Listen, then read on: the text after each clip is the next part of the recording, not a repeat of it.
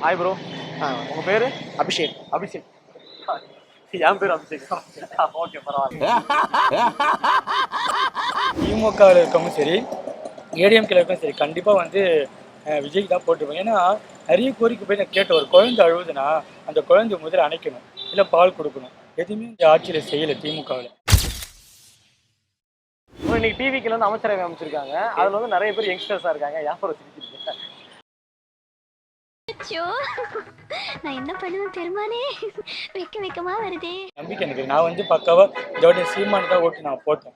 ஏன்னா ஏன் போட்டு வெக்கமா இருக்கேன். What bro, it's very wrong bro. Youngsters தான் அடுத்த தலைமுறைக்குனான வழிகாட்டிகள். அவங்க வந்து கரெக்டாக பண்ணாங்கன்னா இப்போ வரக்கூடிய யங்ஸ்டர்ஸும் அவங்களே பார்த்து நம்மளும் அரசியலில் பண்ண முடியும் அப்படிங்கிற அவங்க கான்ஃபிடன்ஸ் வரும். ஏன்னா என்னோட கோரிக்கை வந்து நான் ஆட்டோ டிரைவருப்பா, எனக்கு எந்த கட்டப்பவும் கிடையாது. நிறைய ஆட்டோக்காரங்க பார்த்தீங்கன்னா டிவிலலாம் வண்டி ஓட்டுறாங்க, நாங்களும் ஆட்டோ டிவிலாம் ஓட்டுறோம். எங்களோட கோரிக்கை என்னென்னா இந்த பைக் டேக்ஸ் தடை பண்ணால் நல்லாயிருக்கும். ஜெம் டிவி நேயர்களுக்கு வணக்கம். நான் உங்க விஜய் அபிஷேக். இன்னைக்கு நம்ம வந்து மக்கள்கிட்ட எதை பத்தி பேச போகணும்னு பார்த்தீங்க அப்படின்னா, அதாவது வந்து டிவிகேல தாவேக்கால வந்து இன்னைக்கு அமைச்சரவை வந்து அமைச்சிருக்காங்க. நிறைய யங்ஸ்டர்ஸ் இருக்காங்க. அது மட்டும் இல்லாமல் யாருக்குமே பொதுவாக வந்து அரசியலில் வந்து எந்த முன் அனுபவமும் இல்லை. இப்போ அதனால அவங்க அமைச்சரவை வந்து எப்படி இருக்கும் அப்படின்றத மக்கள்கிட்ட வந்து நம்ம கேட்டு தெரிஞ்சுக்கலாம். சரிங்களா, வாங்க போகலாம். இந்த வாட்டி தாவேக்கா வந்து இந்த வாட்டி விஜய் வந்து சிஎம் ஆயிருக்காரு. அதே நேரத்தில் யங்ஸ்டர்ஸை வச்சு ஒரு அமைச்சரவை வந்து அமைச்சிருக்காங்க. இது வந்து நீங்க எப்படி பாக்குறீங்க? இந்த யங்ஸ்டர்ஸால வந்து கரெக்டான ஆட்சியை வந்து அமைக்க முடியும்னு நினைக்கிறீங்களா? ஆட்சி அமைக்க முடியும். அவங்க கேட்ட சீட்டு கிடைச்சிச்சுல 120. ஆமா, அதனால அமைக்க முடியும். அதே மாதிரி வந்து இப்போ யங்ஸ்டர்ஸ் வந்து இப்போ வழி நடத்துறதுல நமக்கு நாள் வந்து எப்படி இருக்கும்னு நினைக்கிறீங்க? யங்ஸ்டருக்கு படிப்பு இதெல்லாம் நல்லா பண்ணால் நல்லா இருக்கும். அவங்க காலேஜ் படிக்கிறதுக்கு, ஸ்கூல் படிக்கிறது 12வது வரைக்கும் சொல்லியிருக்காரு அவர். இப்போ காலேஜ் படிக்கிற பசங்களும் ஹெல்ப் பண்ணணும் மெயினாக. அதே மாதிரி போன ஆட்சியிலையுமே அமைச்சரை வந்து அமைச்சிருந்தாங்க, நிறைய அமைச்சர்கள் இருந்தாங்க. இப்போ அவங்க பண்ண தவிர வந்து இவங்க பண்ணாம இருப்பாங்கன்னு நினைக்கிறீங்களா? இவங்க பண்ணுவாங்கன்னு நினைக்கிறேன். நல்லது பண்ணுவாங்கன்னு நினைக்கிறீங்களா? இல்லை நல்லது இல்லை, தவறு பண்ணால் கேட்காங்க. இப்போ ஒயின் ஷாப்லாம் மூடிட்டாங்கல்ல. ஆமாம், போன ஆட்சியில் பண்ண முடியலல்ல, அது பண்ணியிருக்கலாம்.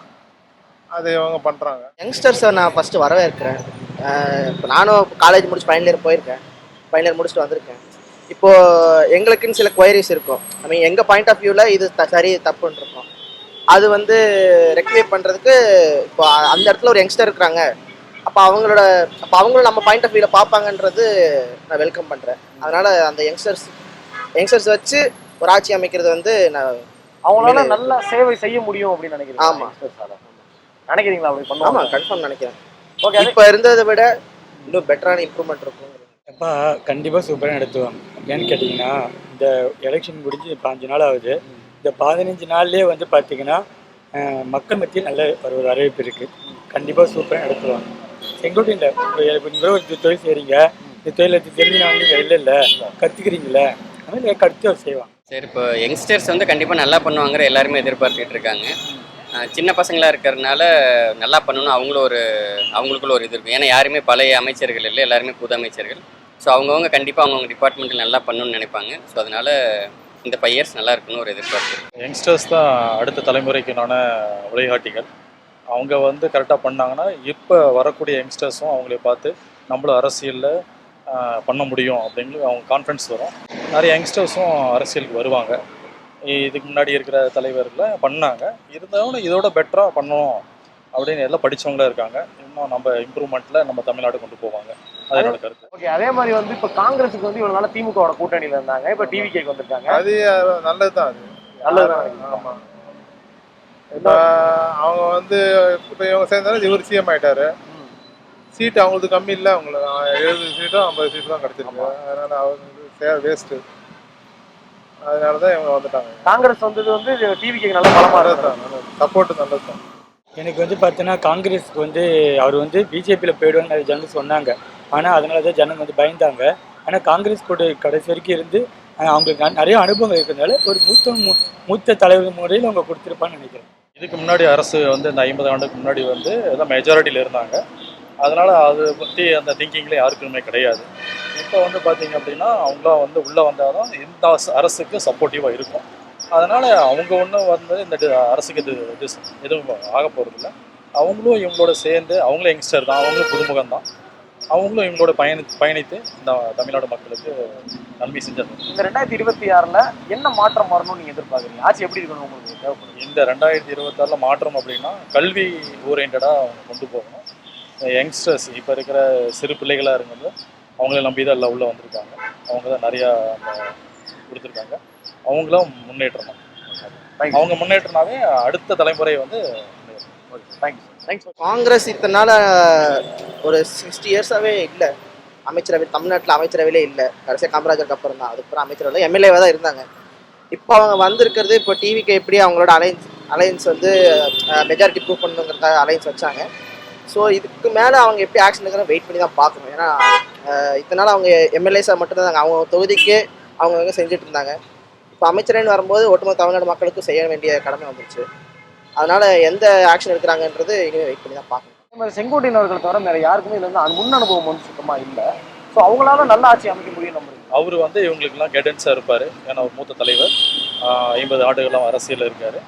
இவர் வந்து இவங்களுக்கு வழிகாட்டி தான் இருந்து என்னென்ன பண்ணணும் அப்படிங்கிறத அவர் வந்து சப்போர்ட் பண்ணுவார். இப்போ நான் வந்து எக்ஸ்போர்ட் டைலரு, பக்காவாக ஜாக்கெட் தைப்பேன், ஷர்ட்டு தைப்பேன். நான் 20 வருஷமாக டைலர் இருந்தேன். ஆட்டோ 10 வருஷமாக ஓட்டுறேன். எனக்கு ஆட்டோ ஓட்ட தெரியும். இப்போ சென்னை ஃபுல்லாக உலகத்துக்குள்ளே நான் கலக்கிறேன். எனக்கு கொடுத்தாங்க. முதல்ல ஒரு 2 நாள் இருக்கும்ல, ஒரு குழந்தை இப்போ தவழுது எடுத்தோடனே வளர்ந்துருமா? இல்லை எல்லாம் கற்று செய்ய வேண்டியது தான். சரி, இப்போ அந்த 2 கட்சியுமே ஸ்டார்டிங்கில் அப்படி தான் இருந்திருப்பாங்க. கண்டிப்பாக அனுபவம் இல்லாமல் தான் பண்ணியிருப்பாங்க. ஸோ கண்டிப்பாக யங்ஸ்டர்ஸ் எல்லா ஃபீல்டும் நல்லா பண்ணுறாங்க. பாலிடிக்ஸில் மட்டும்தான் இல்லாமல் இருந்தாங்க.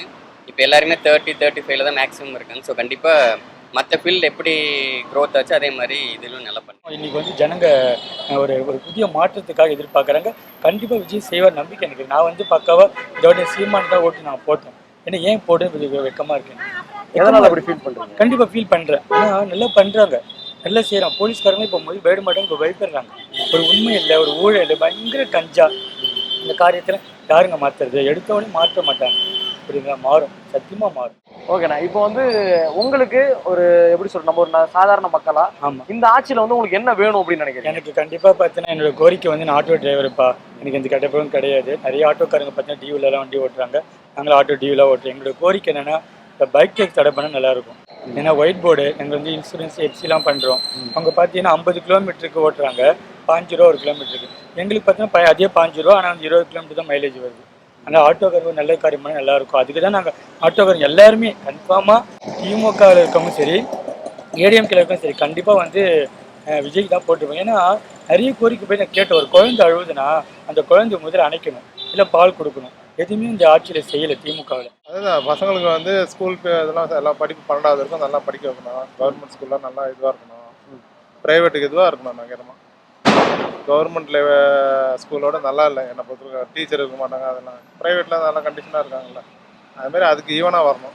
எல்லாருக்கும் என்ன சொல்கிறது, அவங்களோட தரத்தை உயர்த்தணும்.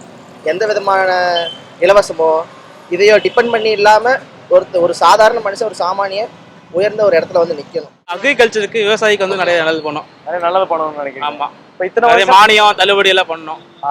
லோனு, விவசாய லோன்லாம் தள்ளுபடி பண்ணணும். விஜய் நல்லா செய்வார். இந்த ஆட்டோக்காரங்க ஒரு நல்லபடி செஞ்சால் எனக்கு இந்த பேட்டி மூலமா நான் கேட்குற ஒரே ரிக்வஸ்ட்டு, இந்த பைக் டேக்ஸ் எல்லா ஸ்டேட்லேயுமே தடை பண்ணிட்டாங்க ப்ரோ. இது நோட் பண்ணுங்க. ஆனால் எல்லா பாண்டிச்சேரி எல்லா இதுலையும் பண்ணிட்டாங்க. ஆனால் இந்த ஸ்டேட்டில் மட்டும் பண்ணலை. நான் எவ்வளோ போராட்டம் பண்ணாங்க. யூனியன் லீடர் மூலமாக எதுவுமே செய்யலை. நம்பிக்கை இருக்குது, கண்டிப்பாக இருக்குது. மாறணும்னு நினைக்கிறது அதுக்கு இது ஒன்றும் கருத்து இல்லை. நல்லா பண்ணணும், அவ்வளோதான். இந்த 5 இயர்ஸ் வந்து டிவிக்குன்னு பார்க்காம தமிழ்நாடு அரசு நல்லா இயங்கணும்.